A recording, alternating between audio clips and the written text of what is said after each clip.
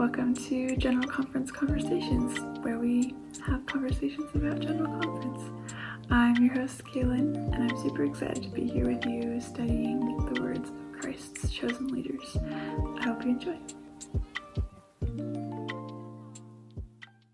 Hello. Welcome back to another episode of General Conference Conversations. We are starting the Saturday afternoon session today, which is very, very exciting. This is the first talk of the session, but not the first thing. Before this, in the session, President Eyring did the sustaining of general authorities, area 70s, and other general officers, but I figured we probably didn't need to run through the list of all of the names that he read off. Because there wouldn't be a whole lot for me to say about it. But if you're interested, that's also a thing that you can look through to see who you sustained in conference. But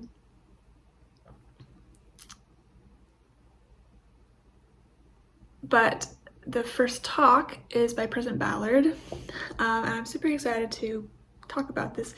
It's really one big testimony, and I don't think I realized that until I reread it, and it really is a very, very simple, very beautiful, very powerful testimony that he gives. And before I start, of course, as always, I encourage you to listen to or read the talk before you come listen to me ramble on about it. It's Follow Jesus Christ with Faith, Footsteps of Faith. So this is by President Ballard. And he starts by talking about the song the choir sang right before his talk. Faith in Every Footstep, which is a beautiful song. I love this song. I feel like we don't sing it very often. It's not like in our hymn books or anything, but it is a really beautiful song. And so he talks about its kind of origins, that it was written in preparation for the celebration of the 150th anniversary of the arrival of the early pioneers to Salt Lake Valley in 1847. So 150 years later, they were preparing a celebration for the 150th anniversary, and this song was written in preparation for that celebration of pioneers. And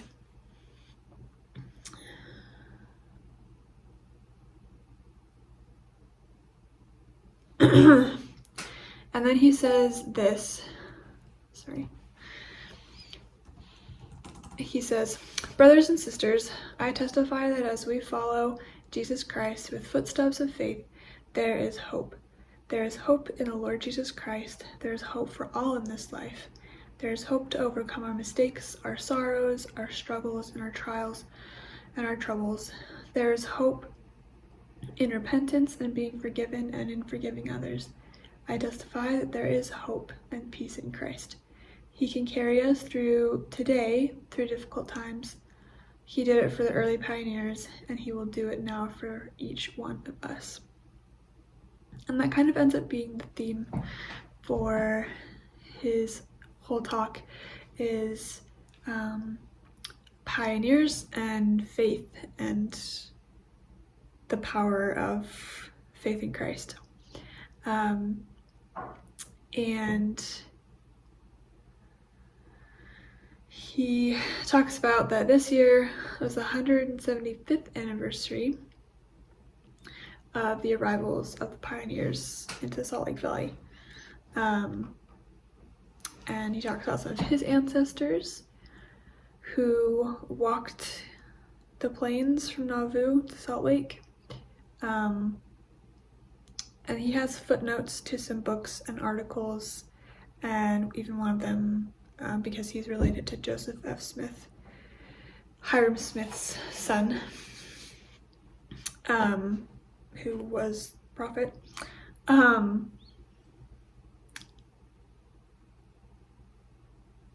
his teachings of the presence of the church, right? Yeah, Teachings of President of the Church, Joseph F. Smith. So he has a footnote for that as well, if you're curious about some of his ancestors and some of their stories. And then he goes on to talk about what a pioneer is, that it's both a noun and a verb, that when it's a noun is a person, is among the first to explore or settle new territory, and as a verb, it can mean to open or prepare the way for others to follow. And I really love I love this concept of pioneer, because I feel like when we talk about pioneers, we're often talking about the pioneers, right? The ones that are 175 years ago, 200 years ago, about Joseph Smith's time, and those that walked across the plains, very physically were pioneers into new territories and things like that. And as I got older, that's how I thought about it as a child, as a kid as well. That's usually what we refer to when we talk about pioneers. But as I got older, I started to realize what being a pioneer really meant. And that we're not the only ones that use that term, obviously, duh. But, we talk about that with settling the west of the United States. Settling any new territory, we call them pioneers.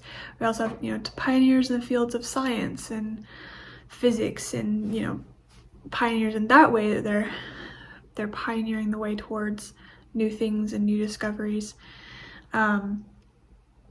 And I think I was 13 or 14, I was a youth, when my branch president was teaching our youth Sunday school, I believe, and he was talking about pioneers. And it hit me, but I had pioneers in my family, both in the way that we always talk about it and in the way that we don't always talk about it. My mom comes from pioneer stock. Her family, her ancestors were some of the first that were baptized in Liverpool in England, and then they crossed the oceans and settled they settled some of Nauvoo, and they settled some of Salt Lake Valley, Morgan County specifically. And I think on both my grandma's and my grandpa's side, I think both were from some of the first that were ever baptized. My dad was the first to join the church in his family that we know of, anyway, right? But as far as we know, none of his ancestors were members of the church. They were pioneers in their own way. I can trace my ancestry back to Jamestown and the Virginia colonies, Massachusetts Bay Colony, which is really trippy to see on my family tree that they were born in the Massachusetts Bay Colony. It's really interesting. But my dad himself was a pioneer in the fact of joining the church, and marrying my mom and having us. And so I come from two very interesting pioneer heritages.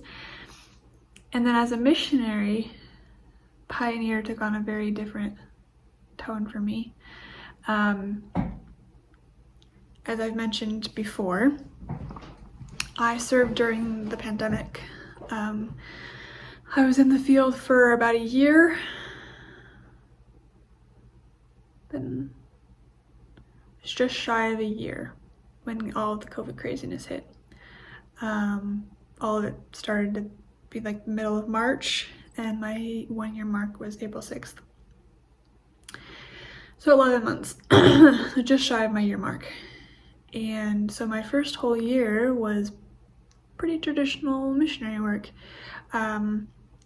I served in a place with a lot of members, so we didn't do a whole lot of tracting, although I did do some tracting.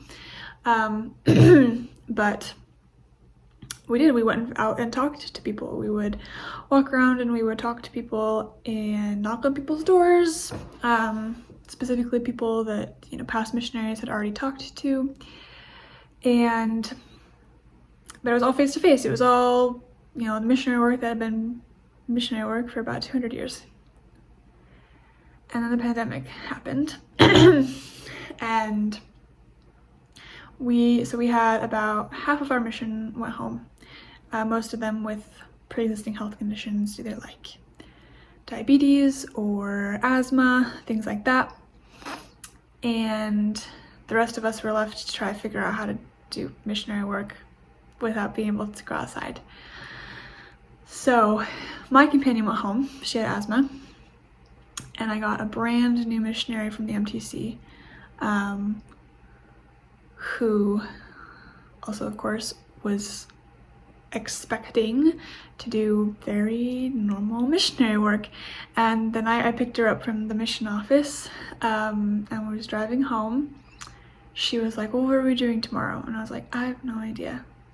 It's like, we have meetings, I think we have meetings, and then I don't know what our day is gonna look like. And she's like, well, who are we teaching? Like, all this stuff. And I was like, we have a couple people, but we haven't been in contact with them because of all the crazy COVID stuff, so it's going to be a lot of getting back into contact with people, and also we're not really teaching anybody right now. And I just couldn't give her really any, like, anything, and I felt so bad because I was like, she is so excited. She had fire under her butt, and she wanted to just tell everybody about the gospel. And I was like, I don't know how to help you. I am like on the verge of anxiety attacks daily, basically. And so the next couple of transfers that we were together, a lot happened, a lot changed, we learned a lot more direction came from Salt Lake and from our mission president, things like that the missionary department wanted us to do and try, and a lot of it was online. A lot of it was messaging people on Facebook or posting in groups and helping run the Facebook page for our mission. And a lot of Zoom meetings, a lot of Zoom lessons, a lot of member work, which I loved, but was very different. And there was one particular day we had just had, so I was an STL.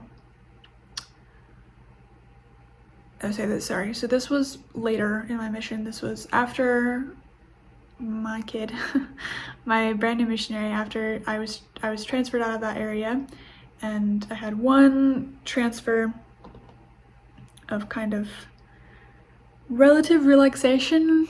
Like, I wasn't training, I wasn't a sister training leader, I was just a normal missionary, and I was living with somebody that I really loved, or with a member that I really loved, and my companion and I got along really well. And then I was called to be a sister training leader, an STL,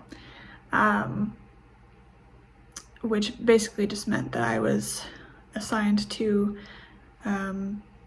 other sisters in the mission to help take care of them and, you know, make sure they were doing okay. We also went on splits with them and exchanges, so we would trade companions for 24 hours. Well, at the time we were doing like half-day exchanges. I did get 2 whole one-day exchanges when they actually allowed us to start doing that. But anyway, so I got a new companion and we were both called as STLs.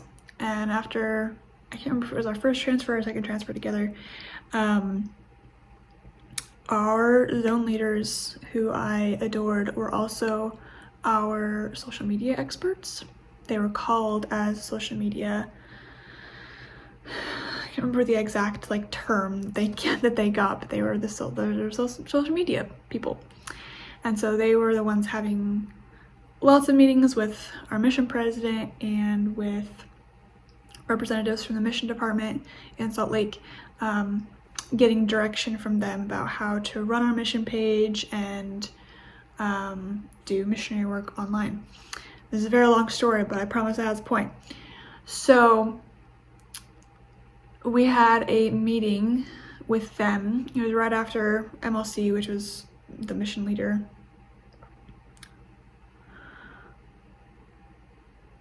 Mission leaders, MLC. Why can't I think of what that means? Anyway, it was a big, once a transfer every 6 weeks, all of the leadership in the mission, so all STLs, district leaders, zone leaders, or maybe it was just STLs and zone leaders. It's been way too long, and it doesn't really matter. Anyway, one big meeting, President would train us, and then we would pass on those trainings to our people that we were assigned to. So after MLC, this transfer, our zone leaders, and because they were they were our zone leaders, we met with them and the district leaders in our zone for a meeting to kind of debrief and pass on some of the trainings and talk about what had been talked about. And our zone leaders, because they were also social media experts, were really pushing Facebook hard. And it was really hard for me at this point because I think it was my last transfer, my second to last transfer. I only had 2 months left. And I just didn't really see the point in it. Not missionary work, because I wanted to work hard till my last day and like get all the way through. But all the social media stuff just felt so like repetitive and redundant, and it wasn't doing anything. It felt just icky and weird, and like I was like, I'm gonna home in 2 months. I'm friend requesting all these people that I don't actually know, so they might see my post at some point and ask me questions. And I'm gonna go home in 2 months, and I'm not gonna see the I don't want to say, I'm not gonna see the difference that I make, because I didn't know. I was like, if I make any difference, I won't see it. I'll be gone. I'll be home. And it was just feeling really not worth it to me. And it was so hard. And then our zone leader, who I loved, both of them were so amazing. And one of them, he talked about something in his patriarchal blessing and about social media and like all this stuff. And then he looked at us and he's like, you guys are pioneers. We are pioneers. We are pioneering a new way to do missionary work.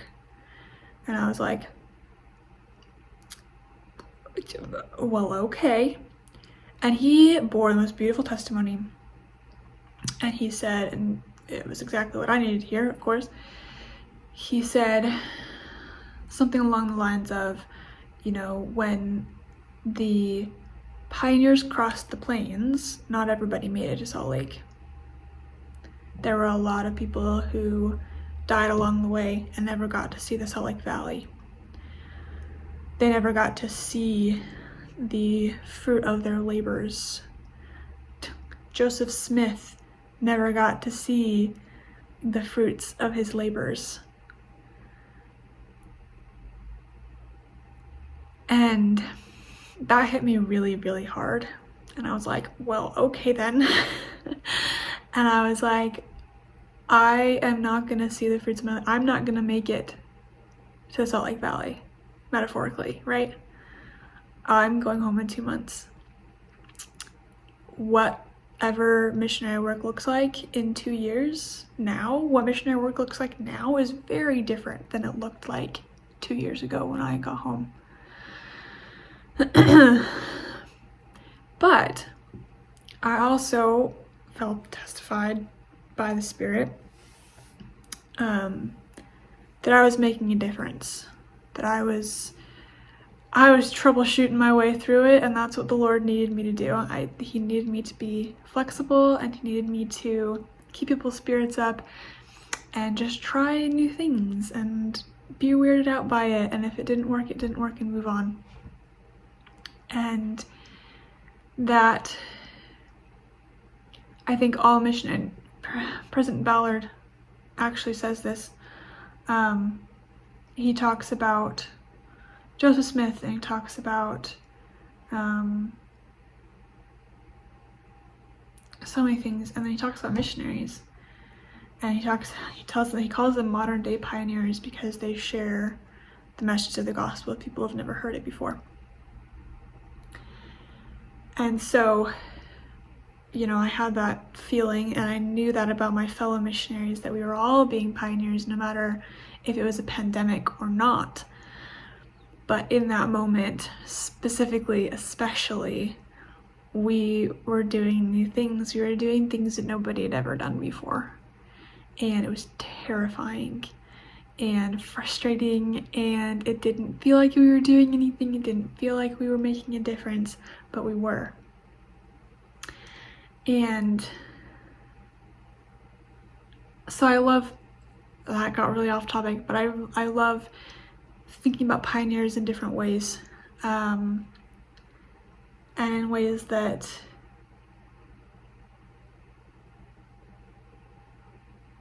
we don't always talk about. We kind of always talk about pioneers in a physical way, in a very literal, they walked across the plains way, but we rarely talk about the ways that me, as a member of a church, I've been a member of the church my whole life, can be a pioneer. I moved to Canada. That is a physical thing, so that's a thing, but I'm a pioneer in my family because I moved to Canada to marry my husband. We're pioneers in the fact that we're living in a city where neither of our families have ever lived. That's not true. Some of his family is here, but anyway. But the things that we're doing are different than anybody before us, and that's okay. That's good. We're pioneers in our lives. We're pioneers in our own ways. And there's this kind of long quote, but I really, really love it, and so I'm gonna read it because it's so good. He says, "My great-great-grandparents and other early pioneers faced many obstacles as they came by wagons, handcarts, and walking to the Salt Lake Valley. We too will face challenges in our individual journeys through our lives. We are not pushing handcarts or driving covered wagons over steep mountains and through deep snowdrifts. We are trying, as they did, to spiritually overcome the temptations and challenges of our day. We have trails to walk. We have hills and sometimes mountains to climb. Although the trials today are different than those of the early pioneers, they are no less challenging for us." And I feel like we often compare ourselves to the pioneers, which is great. We honor their legacy and the things that they did for us. But I don't always think, and I think we sometimes are like, well, obviously our trials are different. We're, like he said, we're not walking across the plains. We're not dragging handcarts through snow. We're not losing feet to frostbite. But we are overcoming our own challenges, the challenges that are unique to our lives, physical, mental, spiritual, emotional, everything, right? Everything that's going on in our world right now. We are pioneers in that way. We all are. And I think we don't always say that. I think sometimes we're like, oh, the pioneers, we can be like the pioneers. And we don't always call ourselves pioneers, but we are. We are pioneers every single day of our lives.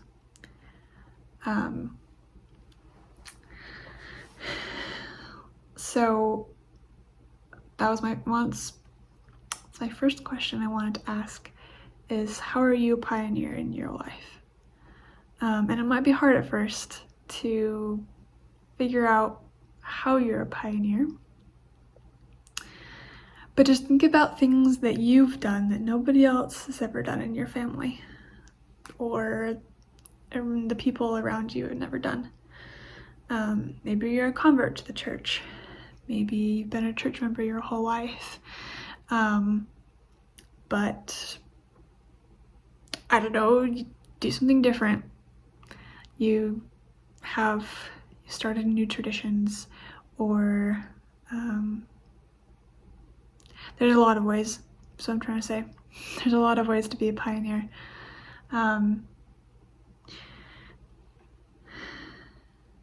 There's one more quote. This is actually a quote from President Nelson.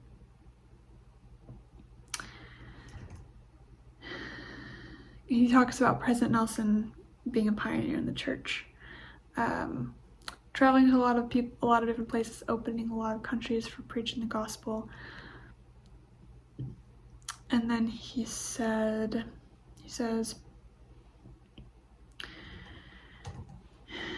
in a devotional for young adults, President Nelson said, "I plead with you to take charge of your testimony. Work for it, own it, care for it, nurture it so it will grow, then watch for miracles to happen in your own life." And he relates that back to him being a pioneer, that he is teaching us how to become spiritually self-reliant. And of course, he's done many things as a prophet that no other prophet did, just as President Monson did many things as a prophet that no other prophet did, and President Hinckley before him. They all lived in different times with different trials going on in the world, and different backgrounds, and different everything, right? Different experiences, and so they've pioneered in different ways. But I really love that. I plead with you to take charge of your testimony. Work for it, own it, care for it, nurture it so that it will grow. That's my second question for you. How can you take charge of your testimony?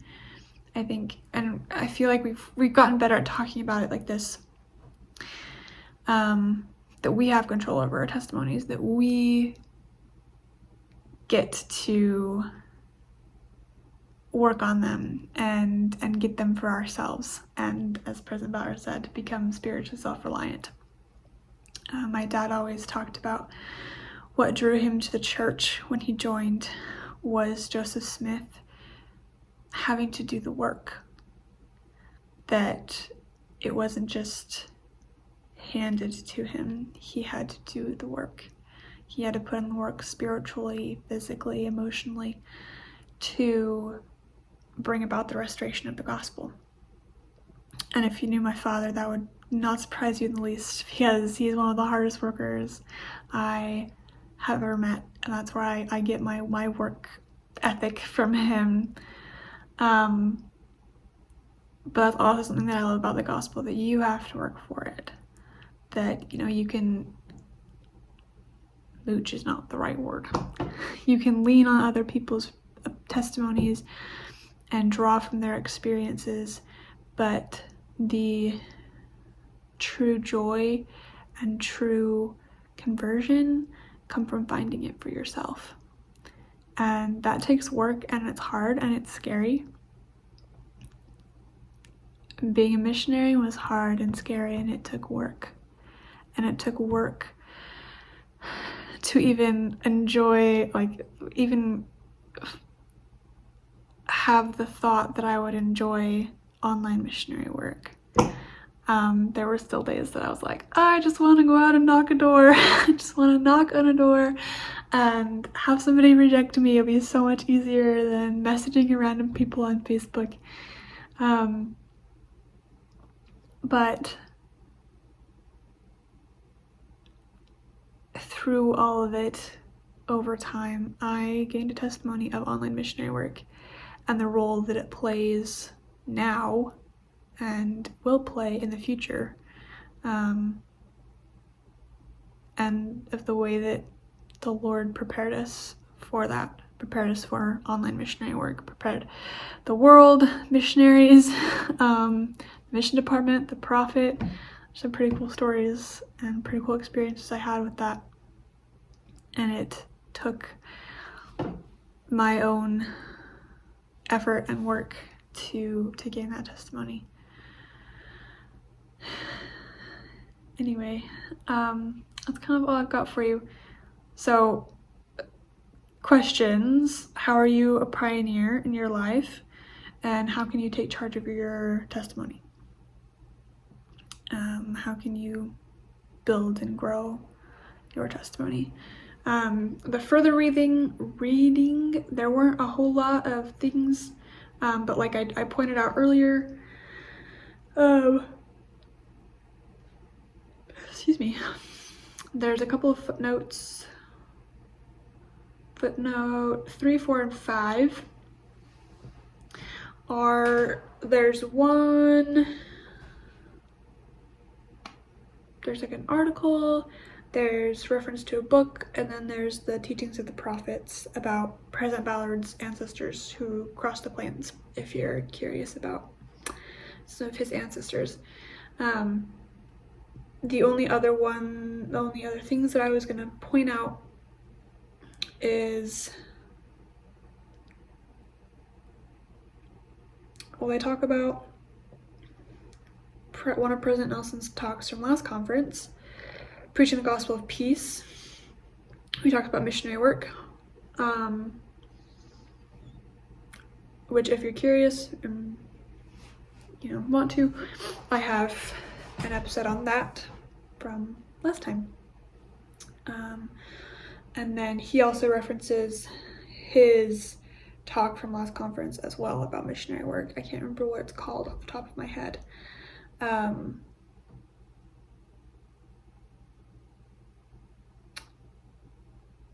Yeah, and then that last quote that I read from you is from a worldwide devotional for young adults from May of this year called Choices for Eternity, and they have a link to it in the footnote, broadcasts.churchofjesuschrist.org, if you're curious about that as well. So I'm grateful for the pioneers in my life. I'm grateful for the choices that they made to get me to where I am, even though life's hard and I wish things were different sometimes. I know this is where I'm meant to be, and a lot had to happen for me to get here.